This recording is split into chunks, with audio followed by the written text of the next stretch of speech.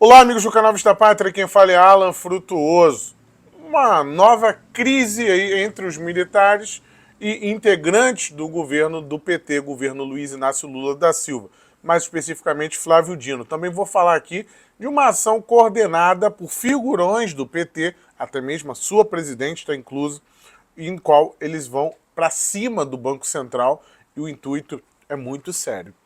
Também vamos ver aqui um pouquinho do presidente Jair Bolsonaro ontem em Goiânia e o Jean Willis teve uma resposta do governador do Rio Grande do Sul e além disso vocês verão a opinião de Jean Willis sobre Alexandre de Moraes. Realmente o caldo tá quase entornando aí.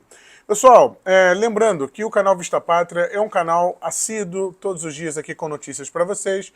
E se vocês puderem ajudar o nosso trabalho, eu peço a sua colaboração através do Pix que está no primeiro comentário. É o número do CNPJ, você pode fazer o seu apoiamento em qualquer valor para esse trabalho jornalístico aqui. E se você quiser também apoiar de outra forma, tem os livros do presidente Jair Bolsonaro que estão aí também na descrição no primeiro comentário. Vamos lá, sem mais delongas. O Flávio Dino resolveu atacar o alto comando das Forças Armadas. Por quê? Não sei. Porque não precisa. O alto comando das Forças Armadas já está, né, ali adestrado pelo governo do PT. Nós temos lá o Tomás Paiva, né, sorridente, né, tratando o Lula a pão de ló. Então não tem o menor motivo do Flávio Dino atacar os militares. Os militares já estão com o governo. Os militares, para ser bem claro aqui, os militares, instituição, os comandos, os postos-chave, as mudanças feitas pelo Tomás Paiva, tudo isso está nas mãos do governo. Além disso, estão completamente desmoralizadas, né, devido a todos os acontecimentos do final do ano, no qual viraram as costas para o pedido de parcela da população. Então, não tem porquê bater nas Forças Armadas. Mas o Flávio Dino, com alguma intenção por trás disso, ele resolve gratuitamente atacar o alto comando das Forças Armadas. No Jornal Globo, numa matéria de ontem, sexta-feira, ele resolveu dizer, né, que a maioria do alto comando torcia, e ele diz na entrevista, eu friso o verbo, torcia para que o levante tivesse dado certo, disse o ministro.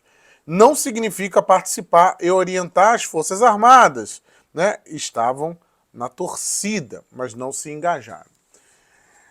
Aqui, aí teve, já rebateram eles, vou trazer já aqui a posição do Estado-Maior, chefe do Estado-Maior, mas o porquê essa fala do Dino é interessante? Porque ela alimenta aquele fantasma de uma tentativa de golpe no dia 8. O Dino é uma pessoa estratégica, ele está jogando isso aqui, está criando essa contenda, não é de graça. Ele que quer um cargo de ministro do Supremo Tribunal Federal e provavelmente vai ser indicado aí pelo Lula para ministro do Supremo Tribunal Federal. Ele está querendo dizer, né, ele vendo ali a Comissão Parlamentar Mista de Inquérito com acesso, por exemplo, às imagens do Ministério da Justiça, foi aprovado na última sessão da CPMI, ao plano de voo do Lula. Eu trouxe isso aqui para vocês no canal. Inclusive, se você está aqui no canal até agora, deixa o like aí, se inscreve no canal. Eu trouxe isso aqui no Vista Pátria Notícias durante a semana. E todo esse material vai mudar muita coisa. Inclusive, teve agora a divulgação, por parte da Globo, de um vídeo, né, do STF, de como foi a atuação no STF. Né, já liberaram para a imprensa, mas veio picotado.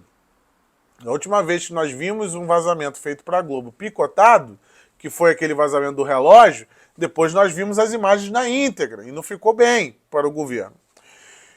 E isso tudo aconteceu na última semana. Aí agora ele vem com os militares, porque ele não pode acusar os militares de articularem o 8 de janeiro. Veja um ponto aqui, ele não pode acusar porque ele não vai ter prova nenhuma, porque de fato os militares não articularam o 8 de janeiro. Né? Articularam ele na hora de prender os outros, né? Mas não havia essa integração no qual a Ana Priscila dizia, né, que eles iam lá tomar, era só esperar que o exército estaria do lado deles. Não existia isso naquela época. 8 de janeiro, Lula já tinha tomado posse. O Lula já tinha tomado posse. Mas, se ele não alimentar, que de fato, agora que ele não chama de golpe aqui, ele chama de levante. Um levante, eu não vi militares ali, uma exceção ou outra, a maioria da reserva, não tinha militares ali no meio do povo que estava lá revoltado. E ele quer ressignificar aqui o evento do dia 8 de janeiro. Isso tudo faz parte da estratégia do que vem por aí. Significa que a aprovação desses requerimentos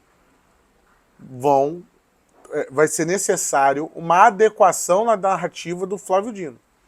E é por isso que ele vai para esse enfrentamento gratuito, sem necessidade. Como eu falei, os militares já estão do lado do Lula, como o próprio presidente do STM falou. Não tem para quê ele ficar batendo em militar. O Lula já está se dando muito bem com os militares. Né? Não tem motivo para isso. E aí, inclusive, algumas reformas que eles fariam não farão mais. O PT já voltou atrás. O Dino está comprando essa briga não com o interesse do governo, mas com o interesse individual. Alguma coisa que o Flávio Dino poderia ter na reta, como se diz no jargão popular. Aí o general Fernando José Santana Soares e Silva rebateu o ministro, né, dizendo que o Exército não atua de maneira partidária. Né?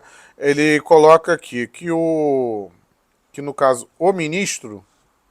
Só procurar aqui, eu perdi na matéria. Ah, tá. A resposta do chefe do Estado-Maior.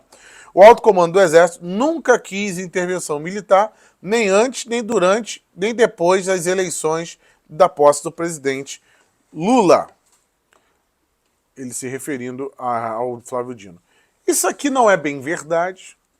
Não é que o alto comando não queria uma intervenção militar. Repare a terminologia usada aqui. Estamos falando em golpe, estamos falando em intervenção militar, seria que através de uma GLO, acionando o artigo 142, isso que sempre gera polêmica, tem gente que tenta enterrar o artigo 142, outros não, interpretam que de fato aquilo ali daria o poder de acionamento do presidente da República, né, para poder trazer um reequilíbrio e trazer a ordem, através de uma garantia da lei da ordem. Pois bem, isso seria uma intervenção militar. Mas ele não usa o termo golpe. Porque o termo golpe, vamos supor, o seu exército hoje, sei lá, o general está no quartel tal, resolve botar a tropa na rua e falar, agora eu assumo o poder aqui, arruma mais um monte de gente aí que vai com ele, pronto, isso é um golpe. Isso é um golpe de Estado.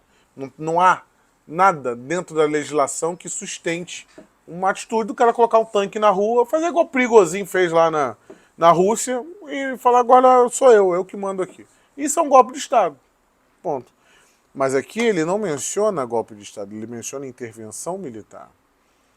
Isso aí não poderia ser caracterizado como golpe de Estado. Então, qual é a participação aí do alto comando nisso tudo? A gente sabe que o alto comando, sim, grande parte deles queriam, sim, uma ordem da ativação do 142. Inclusive, tem o fatídico caso do general Tomás Paiva, enquanto comandante do Sudeste, né, lá do quartel lá em São Paulo, né, da região lá do Comando Militar do Sudeste, ele vai até a casa do general Vilas Boas, porque grande parte dos militares já entendiam que teriam que agir, né, de acordo com uma ordem que viesse do presidente da República, enquanto haveria resistência de outros. E aí o Tomás Paiva vai lá, praticamente desestimula todo mundo através de gritos e ameaças, e depois ele é premiado como comandante do Exército. Sendo que naquela época, no dia 9 de dezembro, eu noticiei nesse canal, que o preferido do PT era o general Tomás Paiva, do PT e do Alexandre de Moraes. Que, inclusive, o general Tomás Paiva possui uma relação muito boa com o Fernando Henrique Cardoso. Então já era uma espécie de bombeiro dentro daquele clima que, de fato, queria uma ação. Vocês vão lembrar de uma solenidade do presidente Jair Bolsonaro, quando um militar da aeronáutica aperta a mão do presidente e diz, estamos aguardando a ordem, presidente, dê a ordem. Vocês lembram, isso aí foi público, viralizou na época. Né? Eles queriam a ordem, por algum motivo, até certo ponto a ordem não veio. O Cid diz, naquela conversa com o Laude, que não veio porque o Bolsonaro não confiava no todo alto comando. Então isso dá algumas explicações. Então é o exército tirando o corpo fora, né? Mesmo o exército ali apoiando todos os acampamentos patrióticos na frente, ali, pessoas, né, que viam muitos problemas durante todo o processo e foram protestar por isso. O exército dava guarida para isso e agora tira o corpo fora. E nós temos aí o Flávio Dino querendo aumentar a história com um outro fato. Ele pega um fato posterior de toda a cisânia, né, de toda a cisânia dentro do alto comando, do Freire Gomes saindo antes para poder ir para a Espanha, que era o então comandante do exército. Né, tudo isso aconteceu em dezembro. Em janeiro já não tinha mais nada disso. Já estava. Já tinha ido ladeira abaixo. E aí não tinha golpe para ser dado em janeiro. Isso não, aí é que está o ponto, que se fala em infiltrados, que se fala no quem seria o real interesse, teria o real interesse disso tudo. E aí está ocorrendo tanto uma investigação criminal quanto uma investigação política na Comissão Parlamentar Mista de Inquérito. E aí vamos aguardar as investigações. Mas, né, não tinha mais problema dentro das Forças Armadas a essa altura do campeonato. Então o Flávio Dino poderia ser responsabilidade por algumas omissões. Então ele coloca que o Exército participou. Como? Torcendo. Chega a ser ridículo um ministro de Estado falar um negócio desse. Primeiro, ele atinge a instituição. Ele que é tão defensor das instituições, ele atinge a instituição. E segundo, qual é a prova de que as pessoas estavam torcendo? São palavras ao vento. Né? Coisas factuais foram jogadas de lado. E aí, suposições são trazidas? Muito feio isso aí, essa briga entre os dois. Agora vamos ver aqui, né, a resposta do Eduardo Leite. Ontem à noite eu trouxe para vocês da briga, né, o Eduardo Leite, que é de esquerda, né, tem até gente botando como se eu não soubesse. Pessoal, eu sei que o Eduardo Leite é globalista, ele faz parte da linha social-democrata, né, de ampliar as burocracias e as gestões supranacionais para interferir nas agendas nacionais. Eu sei muito bem disso, mas ele é de esquerda, ponto. Tá? Além de tudo isso, ele é de esquerda. Então, por isso que eu coloquei, briga na esquerda. E o Eduardo Leite rebateu, né, a resposta do... Inclusive, passou a repercutir muito, né, ontem à noite, a resposta do... vergonhosa, né, do novo comunicador aí do governo do PT, que é o Jean Willis. Ele compartilha e coloca assim: manifestação deprimente e cheia de preconceitos em intocáveis direções e que em nada contribui para construir uma sociedade com mais respeito e tolerância. Jean Willis, eu lamento a sua ignorância. E chama ele de ignorante. Esse mesmo Jean Willis que a gente falou dele, vejam qual era a opinião dele em 2017 sobre Alexandre de Moraes. Filiado ao PSDB, o partido que junto com o PMDB deu um golpe em nossa democracia. Alexandre de Moraes foi secretário de Segurança Pública de Geraldo Alckmin e quando secretário de Segurança Pública reprimiu os movimentos sociais, notadamente o movimento estudantil que foi para as ruas. Reprimiu com muita violência.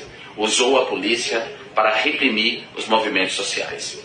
Além disso, Alexandre de Moraes está diretamente envolvido no episódio que resultou na mais recente censura à imprensa no Brasil.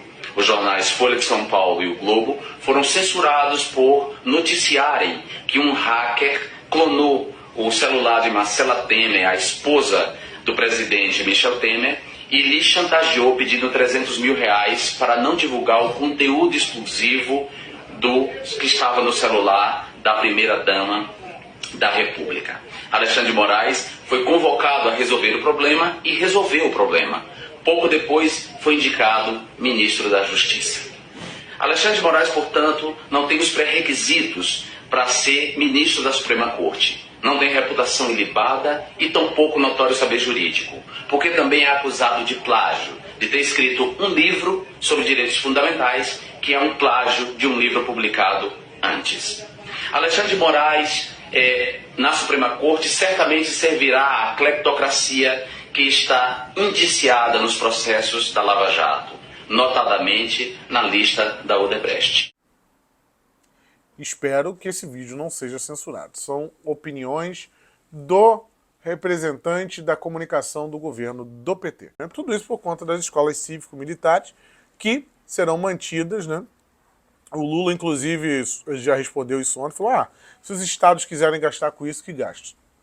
Tirando o corpo fora do governo federal. É um governo que pensa na educação, né? Pensa na educação, mas não quer ajudar. Interessante. Agora, o mesmo governo do PT, ele está com uma força, usando uma força de várias esferas da sociedade, de vários setores da sociedade, e a sociedade estudantil, né, o setor estudantil, está sendo usado para isso, para poder mexer no Campos Neto. Rapaz, imagina o governo do PT de olho com o poder de mexer no Banco Central. Eles vão poder congelar a tua poupança. É isso que eles estão querendo. E vejam só a Gleisi Hoffmann, né? A Gleisi Hoffmann fazendo a pressão como presidente do PT. Mas esse Copom agora já tem que baixar a taxa de juros. E não pode ser 0,25 não, gente. Não pode ser 0,50. Tem que ser pelo menos uns 2 pontos percentuais.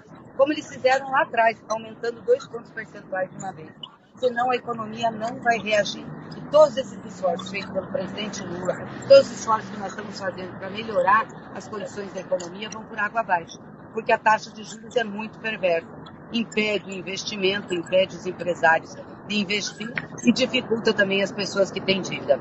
Então, gente, vocês que nos acompanharem nas redes, no TikTok, no Instagram, vamos lá reproduzir isso. Esse abaixo-assinado, puxado pelo nosso companheiro André, lá da Bahia, que está fazendo isso junto com a revista Jacobina. Vamos junto, tá? Vamos junto. Pessoal, é isso. A gente está encerrando aqui a live, reforçando esse pedido. Nós não podemos aceitar que uma pessoa só, esse Roberto Campos Neto, pare a economia brasileira. Que uma pessoa só sabote o governo do presidente Lula. Roberto Campos Neto foi colocado lá pelo Bolsonaro.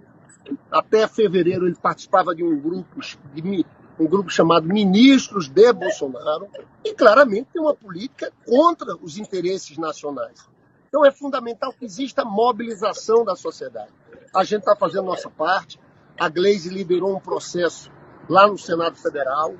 É uma petição que foi entregue ao presidente do Senado Federal. Roberto Campos Neto está convocado para depor no próximo dia 3 de agosto no Senado. Eu entrei com um pedido de exoneração de Roberto Campos Neto, porque ele pode ser exonerado com 41 votos. A gente não pode deixar ficar parado esperando que esse cara continue sabotando o nosso país.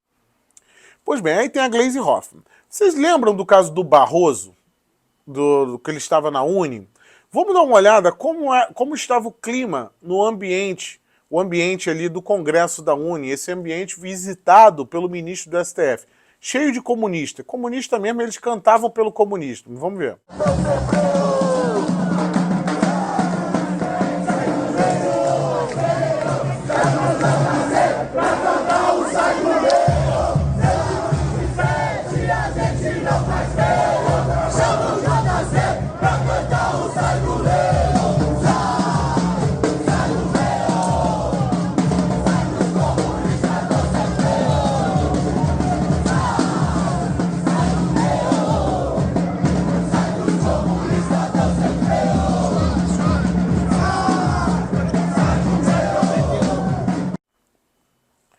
Então, essa mesma Uni, né, vamos lá, tem um fio aí, essa mesma Uni, ela vai para frente do Banco Central e faz uma manifestação dizendo que quer educação. A mesma Uni que não quer a escola militar, né, que tem um padrão comprovado aí. Eles não querem, essa educação eles não querem. Mas a Uni está preocupada com a taxa de juros, meu amigo. Estudante da Uni preocupado com a taxa de juros. Como eu fiz questão de mostrar para vocês, a presidente do PT está orientando isso. Então é uma política partidária de governo. Não tem nada a ver com o movimento estudantil. E vamos ver ele aí, o protesto deles.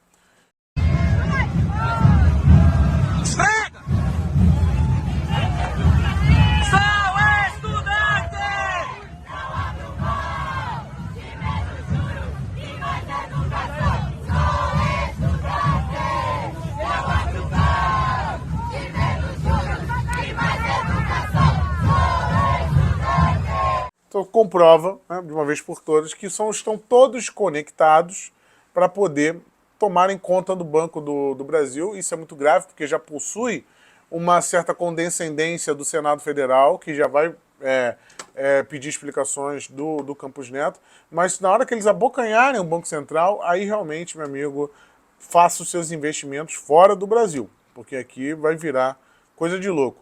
E também reforça, né, que o Barroso deu aquelas declarações com viés partidário dentro de um ambiente como esse que vocês acabaram de ver. Né? Lamentável.